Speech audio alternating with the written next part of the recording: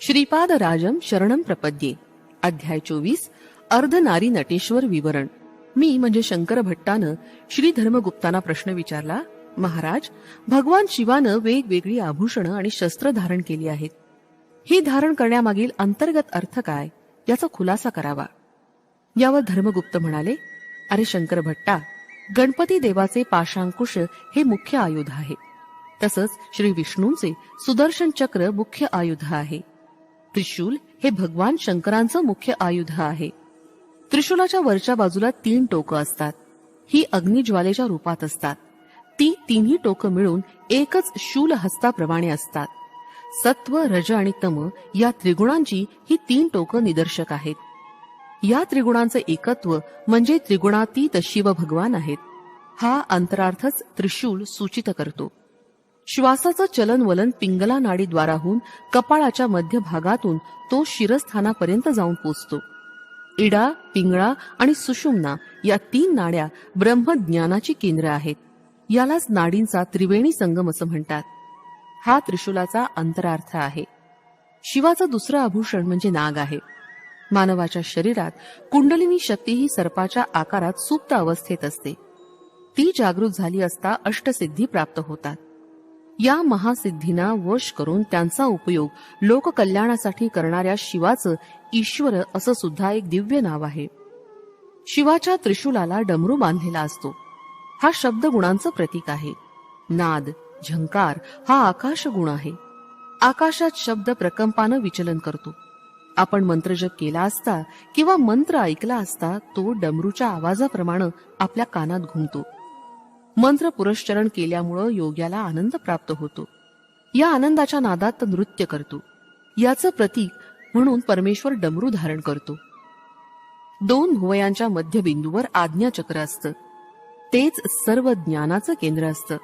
ज्ञानी पुरुषाला अतिंद्रिय दृष्टी असल्यामुळं त्याचं ज्ञान केंद्र विकसित असतं. याच चक्राद्वारे योगी भूत भविष्य यथार्थपणे समजू शकतात. हाच परमेश्वराचा 3रा नेत्र आहे असं म्हणतात. हा ज्ञाननेत्र विकसित झाला म्हणजे कामस्वरूप मदनाचं दहन करता येतं. शिवप्रभूंचा निवास स्मशानात असतो असं म्हणतात. योगाग्नीमुळे सर्व वासनांचं भस्म होऊन योग्याला परमशांतीप्रदायक निर्वाण स्थितीचा अनुभव येतो. ज्ञानाच्या स्थितीचा पांढरा रंग असतो असं म्हणतात. तीच विभूती होय. आलोचना म्हणजे निंदा, वासना यांच्यावर नियंत्रण ठेवण्याची शक्ती आल्यावर शुद्ध ज्ञान प्राप्त होतं. त्यामुळे आनंद प्राप्ती होते.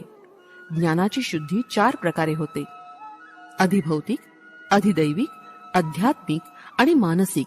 याचं संकेत रूप म्हणून शिवाचे भक्त 4 विभूती रेषा कपाळावर लावतात. एक दिव्य औषधी शिलाजीत नावाची असते. या औषधीच्या सेवनानं नित्य यौवन प्राप्त होतं.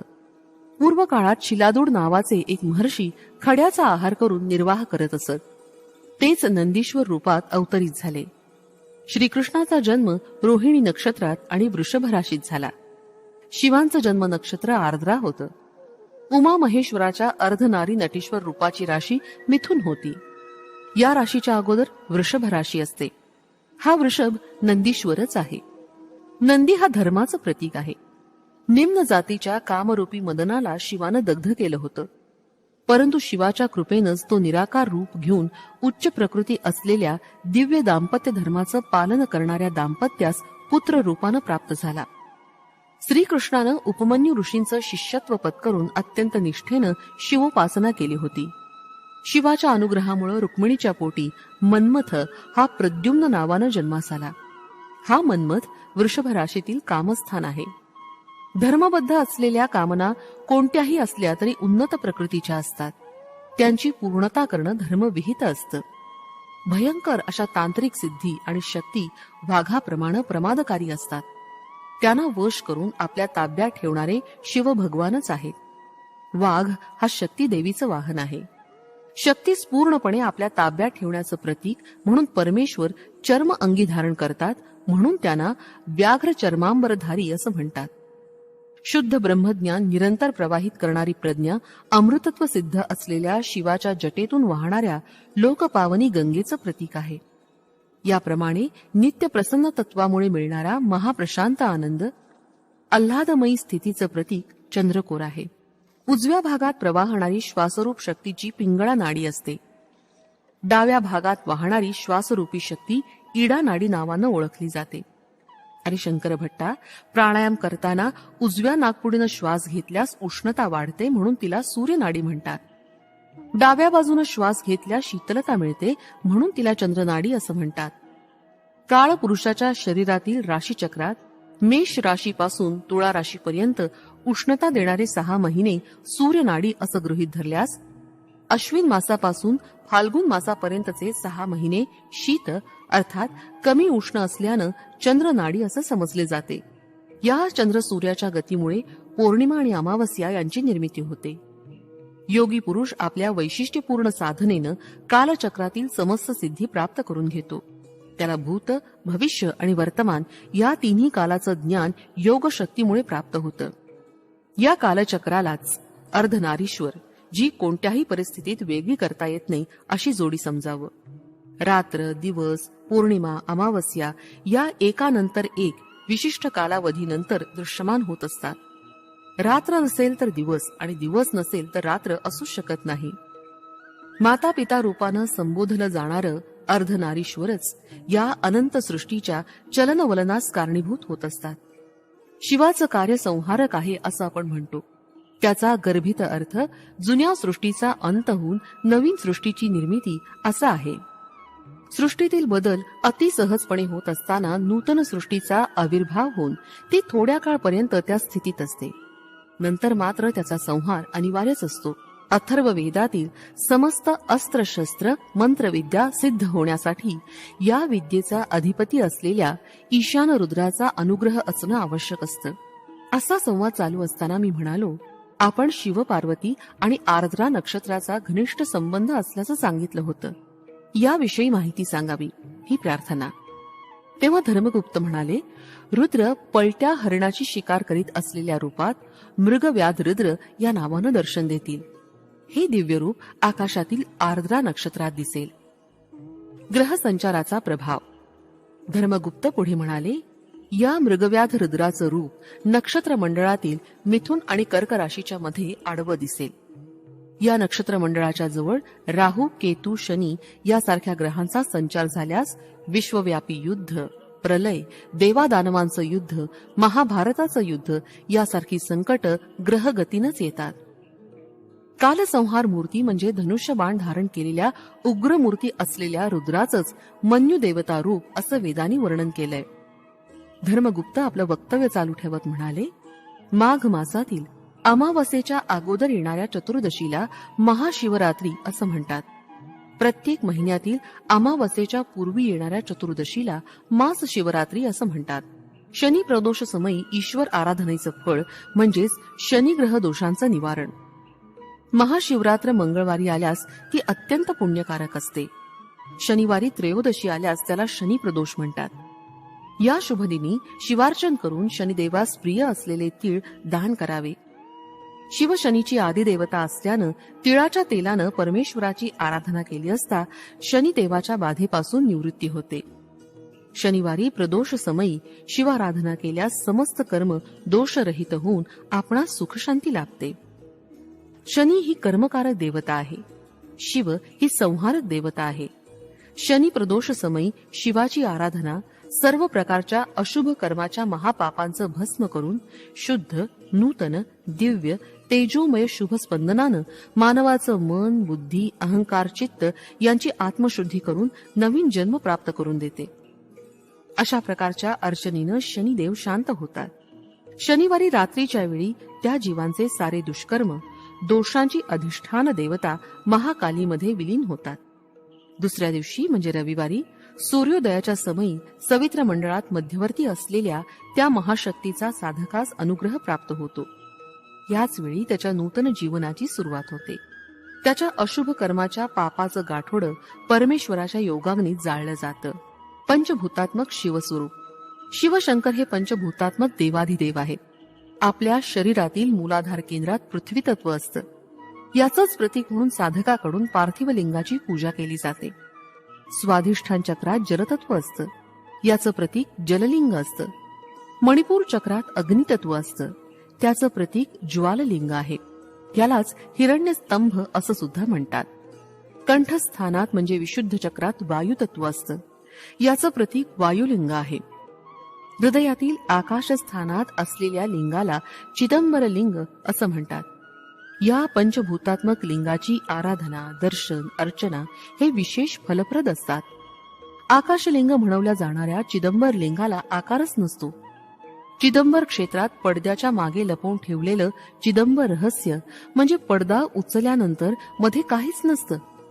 शुद्ध आकाश म्हणजे शिवाचं आत्मलिंग होय. हृदयात चित्स्थान असल्यानं आत्म्याचं निवासस्थान आकाशच असतं. वास्तविक पाहता आकाशाला आकारच नसतो. एकाग्र चित्तानं निज तत्वाचं ध्यान करणाऱ्या योग्यांना त्यांच्या हृदयात समस्त सृष्टी, संपूर्ण ब्रह्मांडाचं, नक्षत्रांचं, ताऱ्यांचं दर्शन होतं. परमेश्वर सर्वव्यापी आहे. तोच अरुणाचलेश्वरच्या रूपात, अरुणाचलातील पर्वत रूपात, एका महासिद्धाच्या रूपातही अरुणाचलात आहे. त्यांच्या केवळ दर्शनानंच पापांचा क्षय होतो.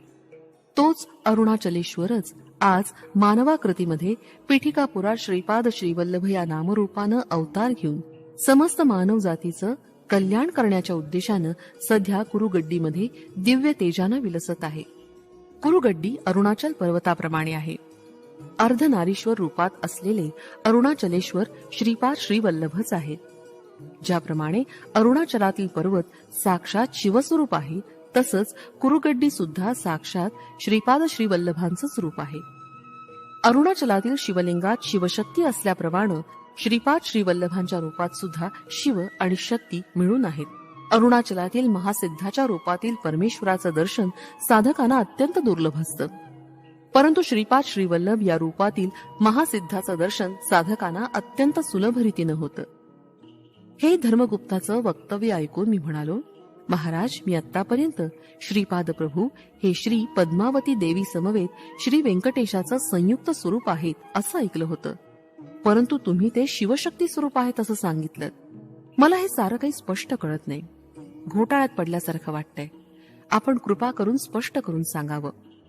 माझं बोलणं ऐकून धर्मगुप्त हसले आणि म्हणाले, अरे बाबा, श्रीपाद प्रभूंचे दिव्य तत्व सप्तर्षींना सुद्धा अवगत झालं नाही, तेव्हा माझ्यासारख्या सामान्य पामराची काय कथा.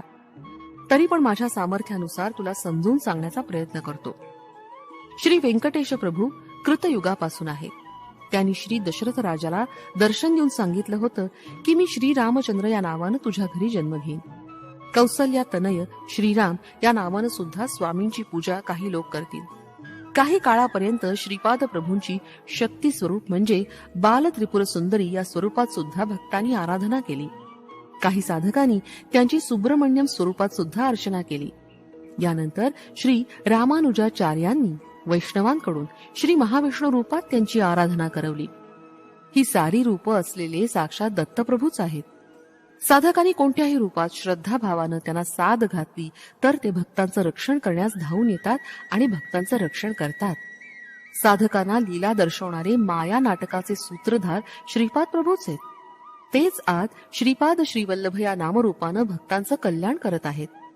श्रीपाद प्रभूंच्या वाम भागात शक्तिसंचार असतो आणि उजव्या भागात शिवसंचार असतो. आता या कारणानं ते शिवशक्ती स्वरूप आहेत. त्यांच्या हृदयात पद्मावती देवीचा वास असतो. हृदय हे दयेचं तसंच अनाहत चक्राचं स्थान आहे. तिथून शक्ती ऊर्ध्व चक्राकडे, त्याचप्रमाणे अधोचक्राकडे म्हणजे मूलाधार चक्राकडे प्रवाहित होते.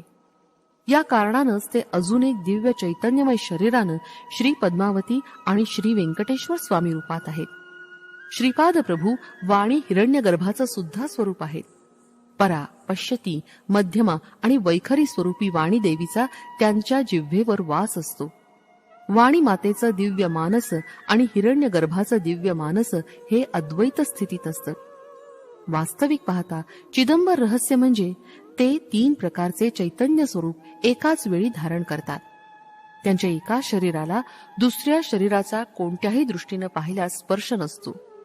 ते वाणी हिरण्यगर्भाचं चैतन्य शरीर, शिव पार्वतीचं चैतन्य शरीर, पद्मावती व्यंकटेशाचं चैतन्य शरीर यांना एकाच वेळी धारण करून त्या सगळ्यांचे अतीत श्रीपाद श्रीवल्लभ असं आणखीन एक दिव्य चैतन्य शरीर धारण करतात. याचं वैशिष्ट्य असं की एका शरीराशी दुसऱ्या शरीराचा स्पर्श नसतो. हीच प्रभूंची योगमाया, वैष्णव विमाया आणि हेच त्यांचं चिदंबर रहस्य. श्रीपादांना द्वैत, विशिष्टाद्वैत, अद्वैत आणि या सर्वांचे अतीत असं म्हटलं तरी योग्यच होईल, कारण त्यांची योगमाया अगाध आहे. श्रीपाद श्रीवल्लभांचा जय जयकार असो. फलश्रुती दाम्पत्य सुख.